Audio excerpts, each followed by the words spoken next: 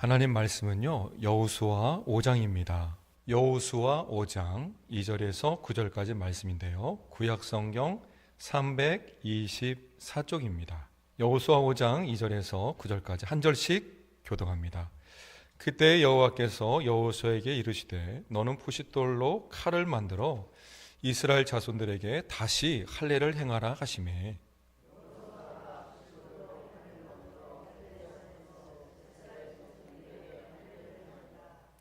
여호수아가 할례를 시행한 까닭은 이것이니 애굽에서 나온 모든 백성 중 남자 곧 모든 군사는 애굽에서 나온 후 광야길에서 죽었는데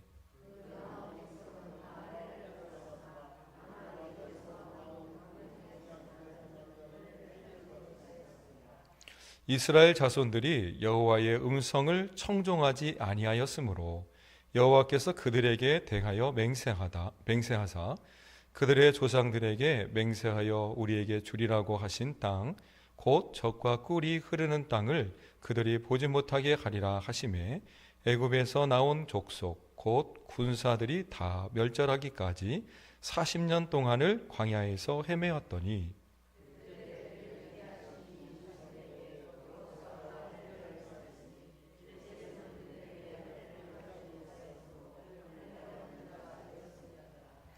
또 그 모든 백성에게 할례 행하기를 마침에 백성이 진중 각 처소에 머물며 낫기를 기다릴 때에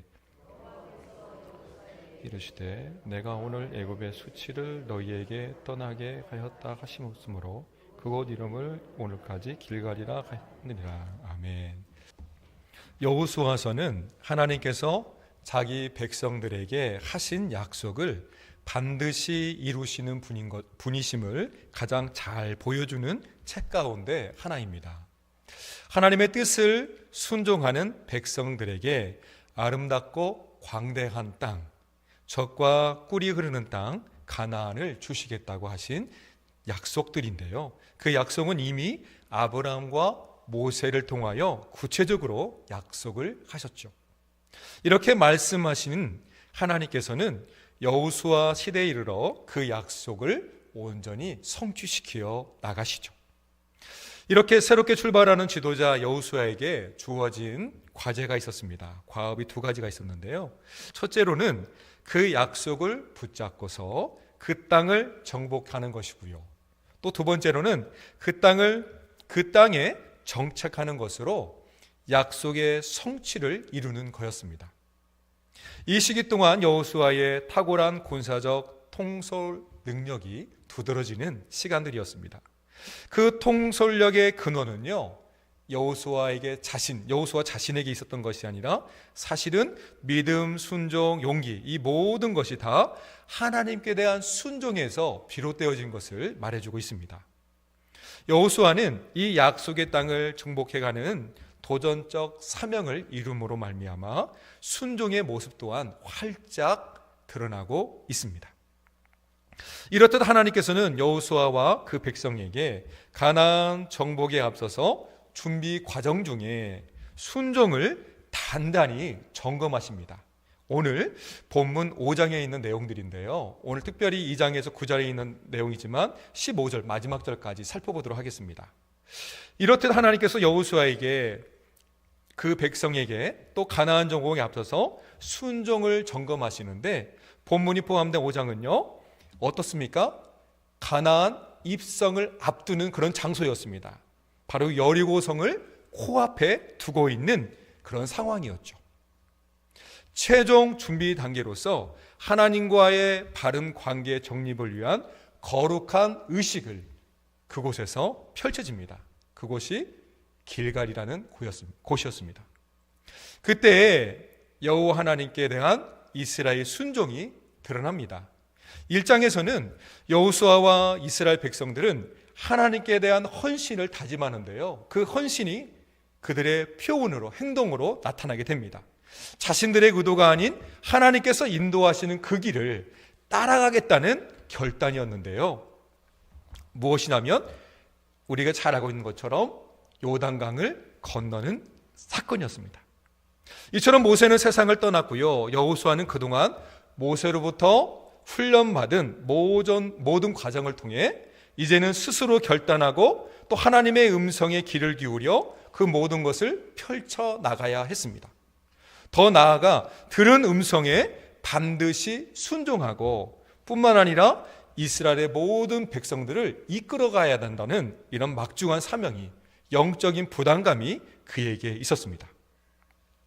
여호수아와 그 뒤를 따르던 백성이 순종과 결단, 이러한 완벽함의 결정체, 이 순종의 결정체가 바로 요단강을 건너는 사건이었는데, 우리 3장 13절에 있는 말씀을 같이 한번 읽어볼게요. 3장 13절입니다. 같이 읽습니다. 시작.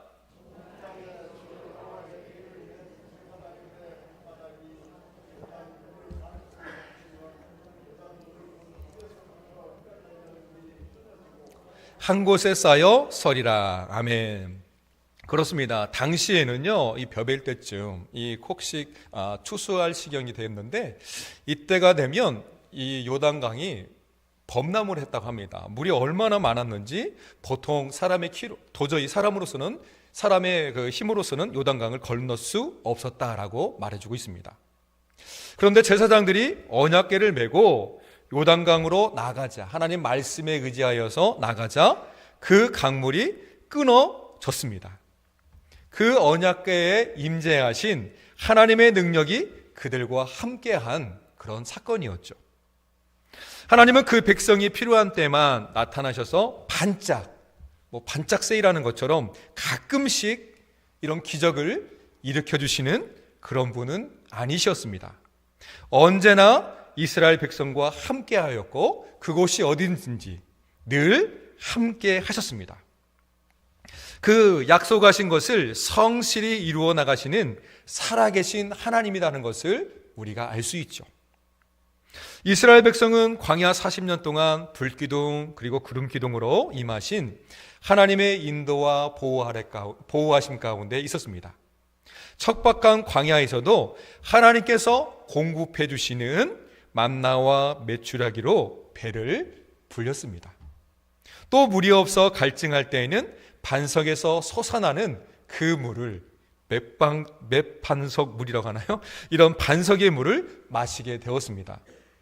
이제 홍해를 가르신 하나님께서 요단강을 가르시고요, 그 강을 이스라엘 백성이 마른 땅처럼 건너게 되었습니다. 여호수아의 인도를 따라 요단강을 육지처럼 건너 길갈에 이른 것이죠. 이미 가나안 땅에 거하는 사람들, 그곳에 거주하였던 여리고 성읍의 주민들은요, 이미 이스라엘 백성들 때문에 간담이 서늘해졌습니다. 마음이 녹아버렸고 정신까지 혼미한 상태가 되었습니다. 하나님의 보호 아래서 범람한 요단강을 찢어서 이스라엘이 아무런 문제 없이 그것을 건넜다라는 소문이 온 동네에 퍼졌기 때문에 그렇습니다. 그래서 누구도 감히 이스라엘 백성을 대적할 수 없음을 그들이 깨달은 것이죠. 그리고 그들의 마음이 녹았고 정신을 잃었다고 1절에서 기록하고 있는데요, 무엇보다도 1절이 강조하고 있는 점은요, 이것입니다. 모든 것을 통해 하나님께서 영광을 받으셔야 된다는 그런 말로 사용되고 있습니다. 그래서 원문의 구조가 강조하는 바는 가나안 사람들의 마음이 녹아내리게 된 것, 이것은 이스라엘 사람들의 군사력도 아니고 그들의 능력도 아니고 요단강에서 이스라엘에게 행하신 하나님의 기적에다가 초점을 두고 있기 때문에 그렇습니다. 그래서 그들의 마음은 녹아내렸던 것입니다. 하나님께서 이스라엘과 동행하심으로 범람한 요단강을 믿음으로 건너게 되었죠. 이제 여호수아와 이스라엘은 적과 꿀이 흐르는 가나안 땅에 있습니다. 여호수아의 뒤를 따라 믿음과 순종함으로 요단강을 건넌 이들은요, 여리고 성을 앞에 두고 있습니다. 전쟁을 치루어야 하는 폭풍 전야 가운데 있습니다.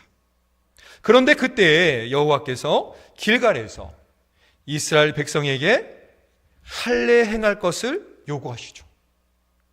하나님께서는 여호수아에게 이렇게 말씀하셨습니다. 2절과 3절인데요, 같이 읽어보겠습니다. 그때 여호와께서 이르시되 너는 부싯돌로 칼을 만들어 이스라엘 자손에게 다시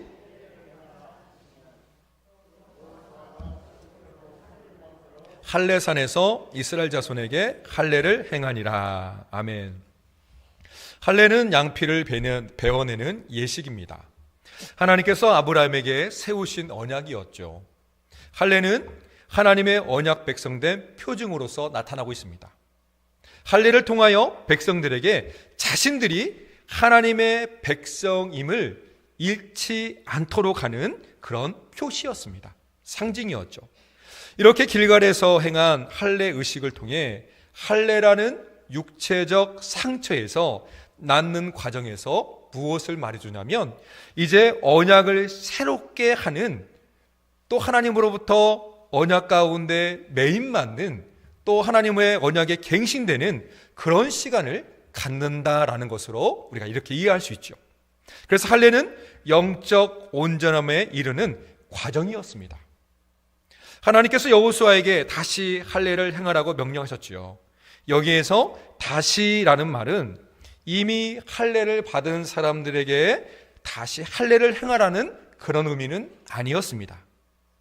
이스라엘은 광야에서 할례를 거의 행하지 못했습니다. 가나안 정탐꾼을 둘러싼 백성들의 불순종이 민수기 13장에 보면 나타나고 있는데요. 이때 이들의 불순종이 하나님과 이스라엘 백성들과 단절을 하게 하는, 또 하나님 말씀의 계약이 어긋났음을 보여주는 그런 일들이 있었습니다. 그래서 하나님으로 하여금 이들을 대적하게 했고요. 결국 20세가 넘는 거의 모든 사람들은 광야에서 그들의 말처럼 다 죽고 말았죠. 그래서 본문 6절 말씀 또 같이 읽어볼까요? 6절입니다. 이스라엘 자손들이 여호와의 음성을 청종하지 아니하므로 여호와께서 그들에게 대하여 맹세하사 그들의 조상에게 맹세하여 우리에게 주리라고 하신 땅, 곧 젖과 꿀이 흐르는 땅을 그들이 보지 못하게 하리라 하시매 애굽에서 나온 족속 곧 군사들이 다 멸절하기까지. 아멘. 이제는 하나님과의 좋지 않았던 관계를 이제 길갈에서 정리할 시간이 온 것입니다.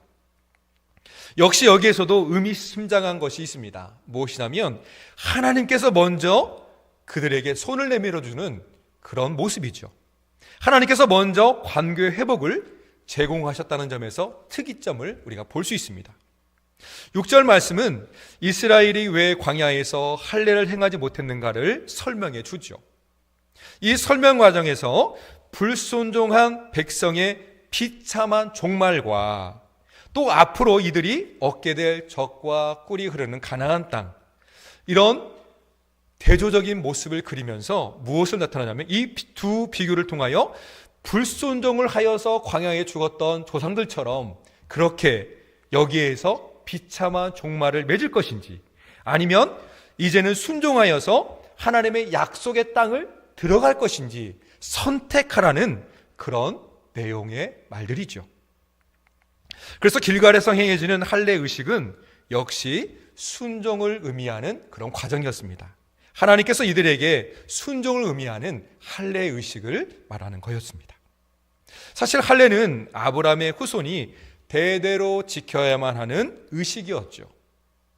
하나님은 백성에게 할례를 받지 않으면 그를 이스라엘 백성 가운데서 끊어버리신다라고 하셨습니다. 할례를 받지 않은 사람은 하나님의 백성이 될 수 없다는 것을 말해줍니다. 이는 언약 백성의 표시이자 또 하나님의 백성으로 몸에 지닌 표시와 같습니다. 흔적이죠. 그래서 사도 바울은 이 할례의 상징적 의미를 통해 예수 그리스도와 연합된 사실을 표현하고 있습니다. 이것을 참된 할례라고 말하고 있는데요. 골로새서 2장 11절에서 12절 말씀입니다. 같이 한번 읽어볼게요.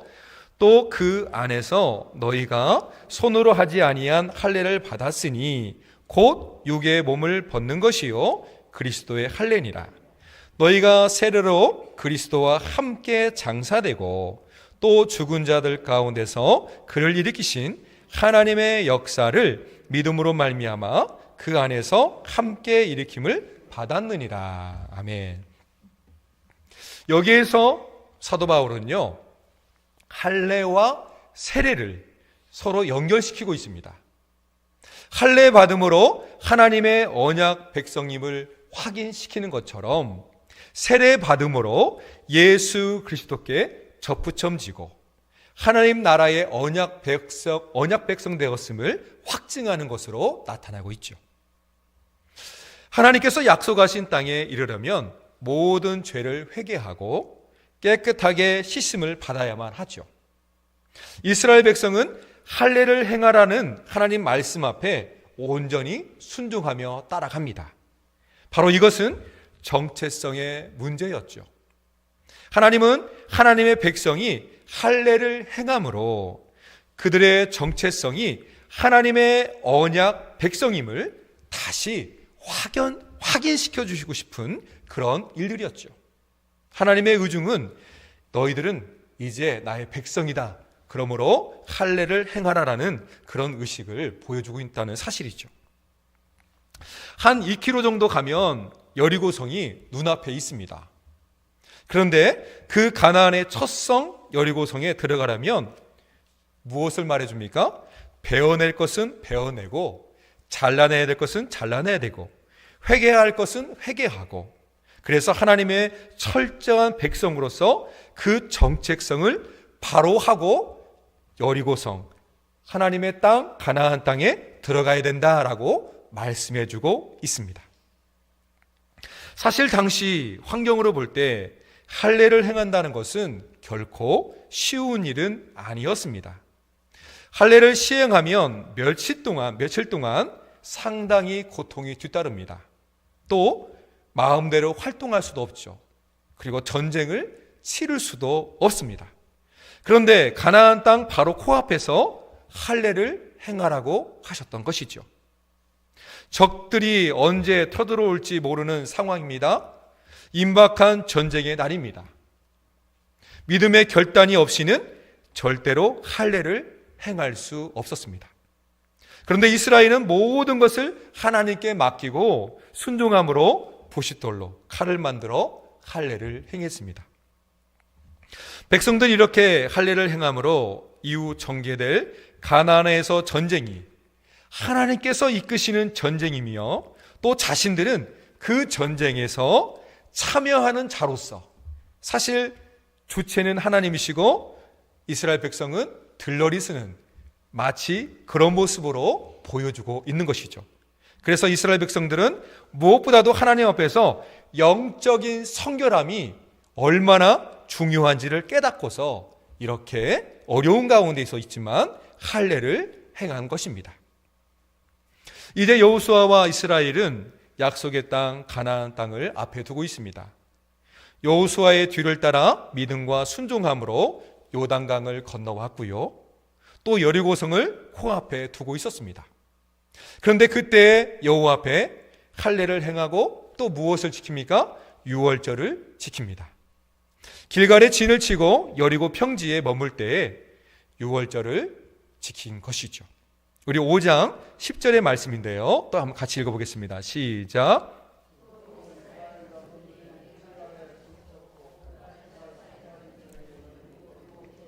유월절을 지켰으며. 아멘. 우리가 잘 알고 있는 것처럼 유월절은 출애굽 시에 처음 제정된 절기였죠. 출애굽을 준비하던 이스라엘 백성에게 유월절은 1년 된 수양을 잡아서 그 피를 문설주와 임방에 이렇게 바르는 거였습니다. 그래서 피를 바르지 않은 집에는 하나님의 사자가 들어가 장자들을 죽임으로 이렇게 장자를 죽였지만요, 피를 바른 집에는 어떻습니까? 하나님의 사자가 그 집을 뛰어넘게 되었습니다. 그래서 유월절이다라는 뜻을 지닌 것이죠. 넘어간다라는 뜻을 지니고 있습니다. 죽음이 넘어간 것입니다. 유월절은 출애굽을 결정짓는 10가지 재앙을 마무리하는 거였습니다. 애굽에게는 최대의 재앙임과 동시에 이스라엘에게는 어떻습니까? 구원의 상징으로 표시되는 그런 절기였습니다. 따라서 유월절은 여호와 하나님께 속한 백성에게는 구원을 주는 것이고요. 또 반대로 하나님을 대적하는 자들에게는 심판을 나타내고 있는 그런 상징적인 의미인 것이죠. 여기에 바로 예수님이 등장하고 있는 것입니다. 그래서 5장에서 이스라엘이 지킨 유월절은 이 세 번째 행하진 것으로 여기고 있습니다. 첫 번째 유월절은 우리가 금방 봤던 것처럼 출애굽 시에 지켜졌고요. 두 번째는 시내 광야에서 출애굽한 백성들이 시내 광야에서 시내산을 떠나기 전에 지켜진 것으로 보고 있습니다. 그리고 오늘 이 이후에 이제 이렇게 광야 생활하는 동안에 지키지 못하였고요. 왜냐하면 우리가 금방 6절과 있는 그 8절 말씀 통하여 보았던 것처럼 할례를 행하지 못하였습니다. 이렇게 광야에서 유리하는 사람 삶을 사다 보니까 할례를 행하지 못하였고요. 또 할례를 행하지 못했기 때문에 유월절도 지킬 수 없었습니다. 그러므로 보면은 유월절은 오늘 말씀 할례를 행한 후에 유월절이 세 번째로 지켜졌다는 것을 우리가 알 수 있죠. 이렇게 중단되었던 할례와 유월절을 다시 지킴으로 하나님과 언약을 맺은 백성이라는 사실을 재확인되는 시간이었습니다. 한편 유월절은 역사적으로는 애굽의 노예 생활에서 해방된 날을 기념하는 날이었지만, 그래서 영적인 측면에서 보면 어떻습니까? 어린 양의 피로 말미암아 이스라엘의 모든 죽음에서 벗어난 구원의 날을 표해주고 있습니다. 이스라엘이 모든 세상의 악에서부터 벗어나 하나님의 백성으로 다시 한번 어떻습니까? 언약 백성 되었다는 사실이 이 절기를 통하여 증거되고 있죠. 또한 영적으로는 어린 양 예수 그리스도를 믿는 사람들은 누구든지 모든 죄에서 구속함을 받아 하나님의 백성 되었다는 사실을 우리에게 표현해 주고 있습니다. 특별히 요한복음에 보니까 예수 그리스도께서 유월절 양으로 죽으셨다는 것을 강조하고 있는데요. 우리 요한복음 6장 57절에 있는 말씀을 한번 읽어보겠습니다. 요한복음 6장 57절입니다. 살아계신 아버지께서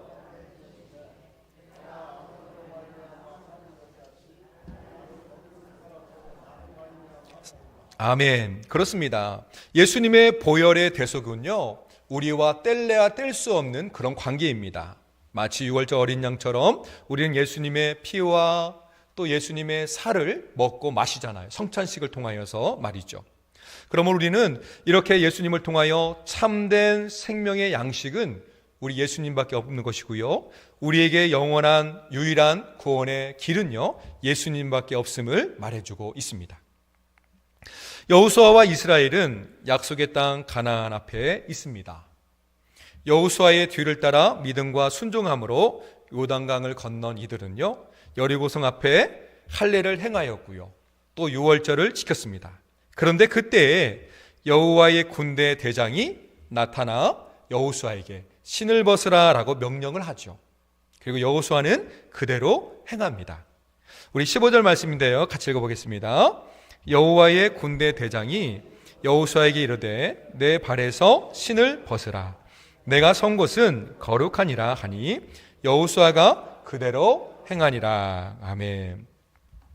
여호와의 군대 장관과 여호수아가 만나고 있던 그 땅은 원래부터 거룩한 땅은 아니었죠. 하나님께서 그곳에 임재하셨기 때문에 어떻습니까? 그 장소가 거룩한 땅이 되었다는 사실입니다. 이처럼 이스라엘 백성이 원래 거룩한 사람들은 아니었습니다.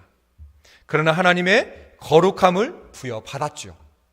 하나님과 올바른 관계가 정립되어 언약 백성이 되었을 때 거룩한 백성은 계속해서 어떻습니까? 유지되는 것입니다. 하나님의 말씀과 하나님의 뜻 가운데 순종하며 하나님의 계획과 방법을 따르는 신분이라는 것을 말씀해 줍니다. 이것이 우리에게도 동일하게 적용되지요. 하나님께서 이스라엘 부르시되 그 백성을 거룩하게 하시기 위해 불렀습니다. 하나님께서 거룩하게 하신 것과 같이 하나님께서 거룩하신 것과 같이 그 백성도 거룩하게 되기를 원하시죠. 레위기 19장에서 말씀하고 있습니다. 하나님께서 애굽 땅으로부터 이스라엘을 언약의 백성으로 부르신 것은 하나님께서 그들을 거룩한 백성으로 만들기 원하시기 때문에 그렇습니다. 이스라엘 백성을 향한 거룩한 명령은 거룩하지 않은 모든 것에서부터 분리되어 떠나는 것을 말해주고 있습니다. 그래서 이것이 하나님께서 이스라엘 가운데 함께 하신다는 것을 보여주는, 그래서 우리가 잘 알고 있는 것처럼 아까 살펴보았던 것처럼 여리고성에 있던 백성들이 하나님이 그들과 함께 하시는 것을 볼 때에 간담이 서늘했던 것처럼 마찬가지입니다. 하나님께서 우리와 함께 하실 때, 우리가 거룩한 백성으로서 살아갈 때 하나님을 믿지 않는 우리의 이웃들이 하나님께 나와 영광을 돌릴 수 있는 것입니다. 하나님께서 애굽 땅으로부터 이스라엘을 언약 백성으로 부르신 것은 하나님이 그들을 거룩한 백성으로 또 세상으로부터 분리하는 것을 말해주고 있죠. 세상에 죄악된 것으로부터 분리하는 것입니다. 벗어나는 것입니다. 오늘 말씀에 보면 신발을 벗는 내용이 있습니다. 신발은 무엇입니까? 가장 더러워지기 쉬운 것이었죠. 그래서 발은 사람의 죄를 상징하였고, 신발을 벗는다는 것은 자신의 가장 수치스러운 죄악을 드러내는 그런 모습으로 그려줍니다. 신발을 벗는 이러한 행동은요, 하나님의 종으로 부름받을 때 모세가 이미 경험했던 일이었죠. 하나님의 거룩하신 임재 앞에서 자신을 낮추며 하나님 앞에서 쓰임받기 위해서 자신을 죄로부터 멀리 하겠다는 그런 의지였습니다. 이런 표현이었던 것이죠. 따라서 종교적으로 신발은 흔히 죄악에 오염된 온갖 더러운 행위와 성품으로서 거룩과는 반대되는 세상의 모든 죄를 상징하는 표현으로 보여주고 있습니다. 그래서 신약에서 예수님은 마지막 만찬상에서 제자들의 발을 씻기신 사실에서도 이러한 사실을 보도하고 있죠. 더러움을 벗어버리는 것이 매우 중요합니다. 사랑하는 우리 성도들에게 우리가 한 가지 간구할 것은 무엇이겠습니까? 혹시라도 우리 안에 있는, 우리가 붙들고 있는 신발이 더러워졌다면 아무리 비싼 신발이라 할지라도 그것은 과감하게 버려야만 할 것입니다. 하나님의 도우심으로 수행하는 전쟁에서 성결은 승리의 선결 요건이었습니다. 만약 선결하지 못하면 하나님은 그들과 함께 하실 수 없었죠. 그리고 하나님의 도우심도 입지 못하는 것입니다. 그러므로 우리는 하나님께서 임재하여 계시는 이 거룩한 처소로서 항상 우리 마음과 몸을 어떻게 해야 될까요? 성결하게 유지를 해야 합니다. 그래야 하나님을 기쁘시게 하며 하나님께서 항상 우리를 통하여 역사하시는 것이죠. 말씀을 맺습니다. 가나안 땅, 약속의 땅, 그곳을 들어가려면 반드시 필요한 게 있었죠. 하나님 말씀 앞에 순종함이었습니다. 내가 세상 백성이 아니라 하나님의 백성임을 또 기억하는 것입니다. 이것이 순종의 선결 조건입니다.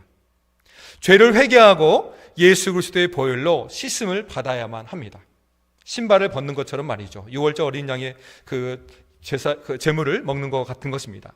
주 예수 그리스도의 은혜를 기억하면서 우리 삶 속에 우리 예수님을 증거하는, 그러므로 말미암아 하나님이 약속하신 그 땅을 우리가 차지함으로 말미암아 우리를 통하여 하나님의 역사가 드러나는 우리의 모든 삶이 되기를 간절히 예수님의 이름으로 축원드립니다. 기도합니다. 사랑의 아버지 하나님, 참으로 감사를 드립니다. 그때에 여호와께서 말씀하실 때에 여호수아와 이스라엘 백성들은 모든 것을 멈추고 하나님 앞에 섰습니다. 또 순종함으로 나아갔습니다. 하나님, 때로는 그때의 여호와께서, 그때의 하나님께서 우리를 향하여 원하실 때에 우리가 처해 있는 상황과 여러 가지 어려움들이 있지만 그 모든 것을 다 내려놓고 하나님 앞에 서게 하여 주옵소서. 성령님의 인도함을 따라 나감으로 말미암아 순종하고, 그래서 하나님이 주시는 그 일들, 하나님께서 우리에게 원하시는 모든 일들을 선하게 이뤄나가게 하여 주옵소서. 그래서 우리가 그 어려운 가운데서도 헤쳐나가는, 그러므로 말미암아 그 고난이 또 그 위기가 오히려 전화위복이 되어 하나님 주시는 축복의 자리가 됨으로 말미암아 믿지 않는 우리 이웃들이 하나님 앞에 나와 구원받을 수 있도록 은혜를 더하여 주옵소서. 그래서 우리 삶 가운데 날마다 예수 그리스도의 구원이 언제나 증거되므로 날마다 우리 교회의 구원의 기쁨의 소식이 넘쳐나게 해주시옵시고 하나님 말씀이 왕성하게 하여 주옵소서. 특별히 구하옵기는 오늘 함께하지 못한 우리 권속들이 있는데, 하나님 다음에는 꼭 함께하여 하나님 은혜를 나누고 또 성령의 교통함을 이룰 수 있도록 은혜를 더하여 주옵소서. 감사하며 우주 예수님의 이름으로 기도합니다. 아멘.